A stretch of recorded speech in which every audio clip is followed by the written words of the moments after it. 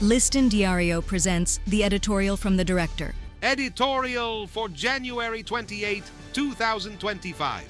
Enough of these barbarities. Only in a country where the authorities show a questionable and poor awareness of the importance of education can such outrageous affronts as those we are denouncing today occur.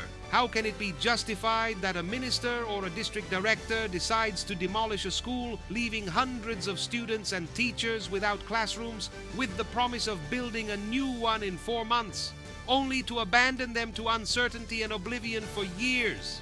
In the historic town of Las Carreras, Bani, where one of the most decisive battles for national independence was fought, the educational authorities demolished a school in July 2023. What followed was a shameful outrage. The 2023 to 2024 school year took place in temples, old nightclubs, and finally in mobile classrooms after pressure from reports by Listin Diario and other media.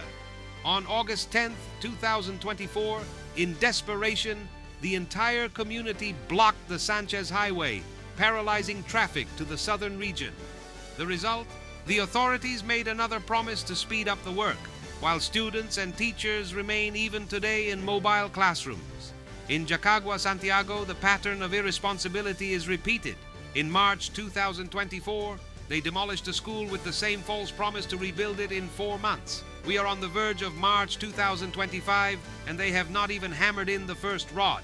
Since then, children from 1st to 5th grade survive crowded in an improvised temple divided by cardboard that acts as walls. Worse still, 6th, 7th, and 8th grade students have to walk 2 kilometers crossing dangerous slopes to attend an alternative school.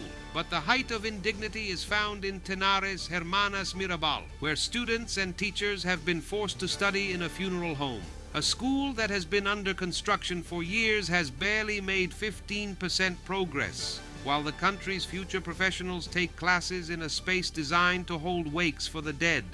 Studying in a funeral home is the most forceful symbol of the contempt with which these authorities treat education, as if it were a lifeless, unimportant, soulless matter.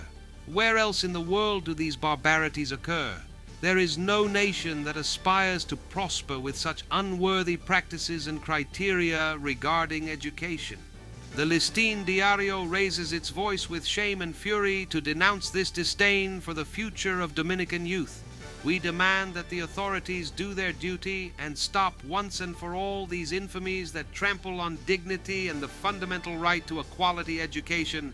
Enough of so many barbarities. For Listin Diario, voiceover and translation by Danny Leon. Listin Diario presented the editorial from the director.